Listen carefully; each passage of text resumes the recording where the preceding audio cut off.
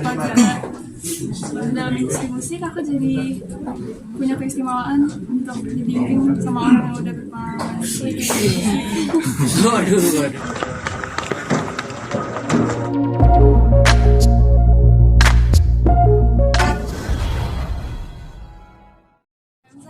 Di kelas bahasa Inggris aku tuh emang aku jago dalam bahasa Ini udah dewasa melihat bakat Lula sendiri yang menulis bisa, padahal dia bukan seorang introvert gitu, suaranya tuh bisa. Justru sebenarnya lewat album ini adalah ekspresi dia remaja untuk dicurahin ya, karena remaja biasanya butuh mengekspresikan diri kan. Jadi aku kebetulan dia mau, seneng ya, ini tempat yang pas buat dia mengeluarkan isi hati. Tapi diskus juga nggak sih sama Bang Bim Bim gitu dari bait per bait lagunya mungkin? Diskusnya ini sih, kadang aku jadi seperti apa namanya, psikolog ya. Kamu mau ngomong apa gitu? Kamu di sekolah bilang aku gak suka matematika. Jadi itu tulis, aku bilang itu yang ditulis. Jadi apa? Tugas aku bukan bantuin bikin lagu, tapi membantu dia untuk muntahin hatinya gitu. Dan it works ya, dan ternyata dia dibalik ke introvertannya, kesendiriannya, kependiamannya, ternyata pemikirannya lihat dari lirik-lirik itu rebel tapi dalam hal Gen Z ya, yang walaupun pemikirannya rebel tapi secara kehidupan dia tetap anak mami. Lula, ini albumnya ada berapa lagu dan kenapa memilih Curhatan Lula nih? Ada 8 lagu dan nama judul albumnya Curhat Lula karena lirik-lirik lagunya itu termasuk curhatan aku. Ada yang membahas tentang diri aku, ada yang membahas tentang pengalaman aku dan tentang diri aku sendiri. Melihat sosok papa sebagai inspirasi kamu, apa sih yang kamu lihat dari apa nih? Akhirnya kamu ingin menjadi penyanyi dari kecil gitu? Iya, emang aku dari kecil punya ketertarikan dalam karir bermusik itu kan, dan karena papa juga dalam industri musik, aku jadi punya keistimewaan untuk dibimbing sama orang yang udah berpengalaman. Waduh. Tapi musik pertama yang kamu dengar, yang akhirnya kamu suka musik apa? Musik siapa? Papa apa? Dari slang apa? Selain pasti. Dan aku Kalau musik luar apa yang pertama didengar? Queen. Lagunya inget gak di lu? Crazy Little Thing. Itu kenalin papa atau lu suka sendiri tuh sama Queen?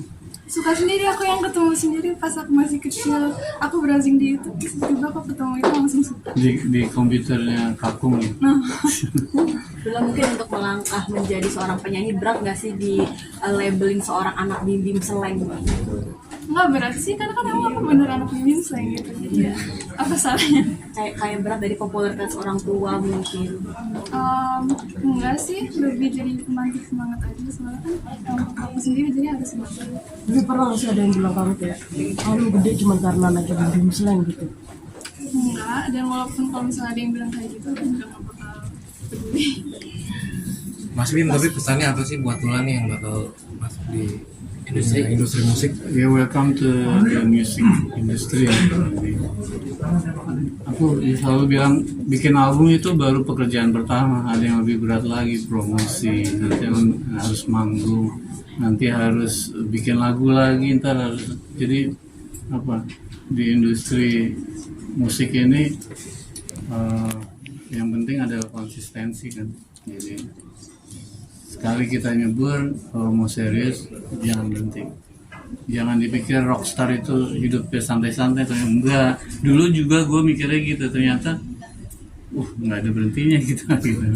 Dan itu yang aku pesenin ke Lula. Tapi karena dia masih kelas 3 SMA, jadi semua kegiatannya weekend. Jadi dari bikin lagu, dari latihan, dari rekaman, bikin video klip, semuanya Sabtu Minggu ya. Berarti membatasi juga dong untuk kegiatan-kegiatan. Yang membatasi dia Lula tuh termasuk anak yang disiplin, yang kalau hari Sabtu Minggu pun kalau libur kita ajak, kita 21 ada film bagus, kalau dia punya PR dia nggak mau wait sampai selesai ya. Baru dia, jadi dia bisa apa ya, bisa mengontrol atau bisa balance soal sekolah sama musik. Mas Bim ini kan tahun besok kan lulus ya. Apakah nanti akan lanjut ke kuliah atau langsung nyemplung ke mantepin di musiknya dulu? Kuliah sambil nyanyi ya. Mas Bim ini kan Tapi di Indonesia dia nggak mau ngikut kakak yang keluar. Kenapa Lula? Lebih nyaman di Indonesia. Mas Bim ini kan kedekatan ayah dan anak kan juga cukup jarang gitu kan. Seberapa dekat sih Mas Bim sama Lula sampai tadi cerita bahwa ini anak ini ditembak sama cowoknya sampai cerita ke Mas Bim. Seperti apa Aku tahu cowoknya yang mana. sampai tahu cowoknya. 4 deh bukan 3 ya. Yang terakhir ya. Yang bukan orang Indonesia ini. Sebegitu terbuka satu sama lainnya gitu Mas Bim sama anak-anak. Iya, aku sebenarnya album-album ini kan semua cerita dia.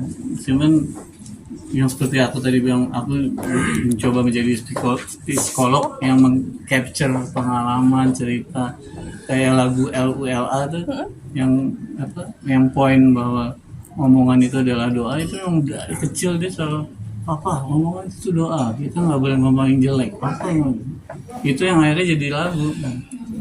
Jadi ya sedekat itu aku sama Lula ya. Ada yang disembunyikan dari papa. Tapi papa tipe ayah yang polisi banget tadi dibilang Protektif. atau memang luwes santai gitu. Santai. seroker itu gimana lu mungkin papa?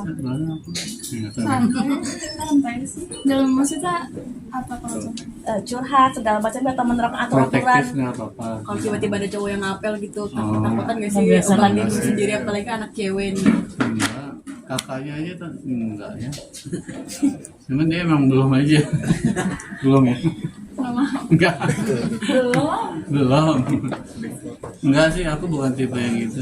Aku malah biasanya kenal sama teman-teman ya, anak-anak cewek kayak kakaknya juga kan banyak teman cowoknya. Kadang malah di rumah ini jadi tongkrongan teman-temannya.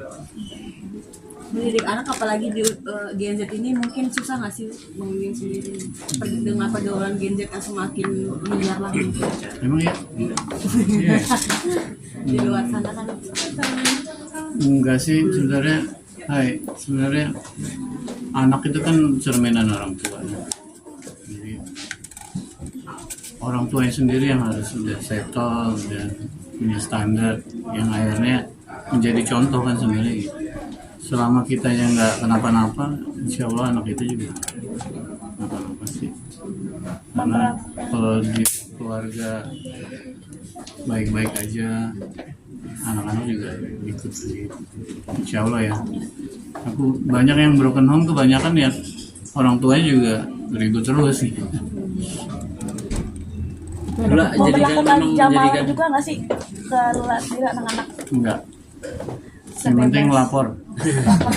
Masih di Kemang jam 2 padahal. Oh pernah kayak gitu maksudnya kayak gitu pas Makanya dia belum. Enggak apa-apa. Nggak apa-apa. Asal pulang ke rumah atau ya udah bebas aja. Asal bilang. Asal bilang. Iya.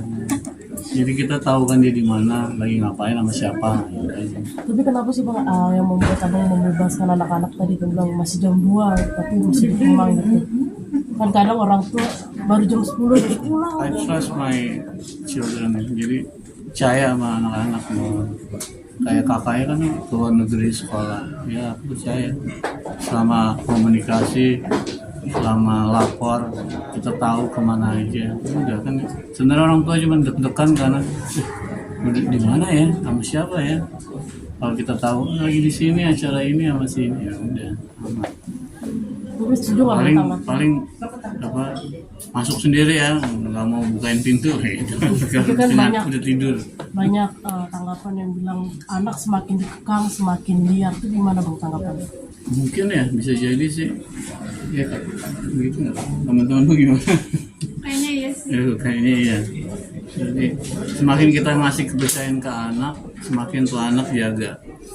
kepercayaan, respect sama kita kan. Dan aku selalu mencoba merangkul, kenal sama teman-temannya. Kalau nggak follow Instagramnya, Wih, tahu nomor HP-nya gitu. berarti bapak membebaskan diam-diam dia jalan ninja gitu Mas Bimbing. Enggak juga sih. Sampai follow Instagram teman-temannya lu dan anak-anak itu. Jadi teman juga sama teman-teman yang nge-tag, sama teman-teman yang nge-tag.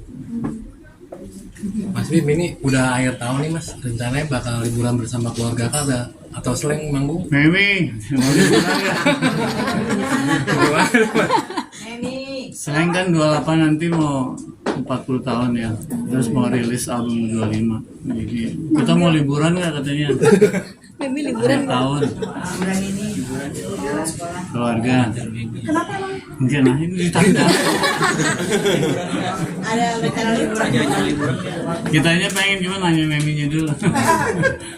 Soalnya habis tahun baru ya kalau. Oh, iya. Kemana? Katanya ke Bandung. Oh ya ke Bandung. Nyobain ini ya. Wush. Mas Bim, memaknai perjalanan di 2023 dan karir dalam keluarga juga seperti apa sih Mas Bim? Alhamdulillah ya, berjalan dengan baik. Keluarga, karir, KKI juga udah lulus, udah berkarir bagus. Adiknya nyusul sebentar lagi lulus mau kuliah. Jadi ya terima kasih Tuhan. 2023 ini baik-baik saja. Resolusi 2024 nih Bang. 2024 rilis album baru. Kamu kuliah ya. Terus kalau udah lulus SMA bikin tour buat keluar. Ya.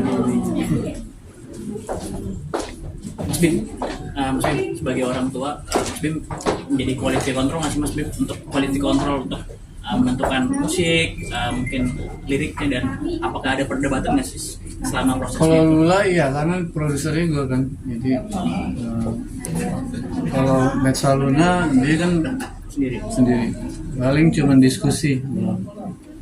Apa aja yang mesti menjadi perdebatan Mas biasanya?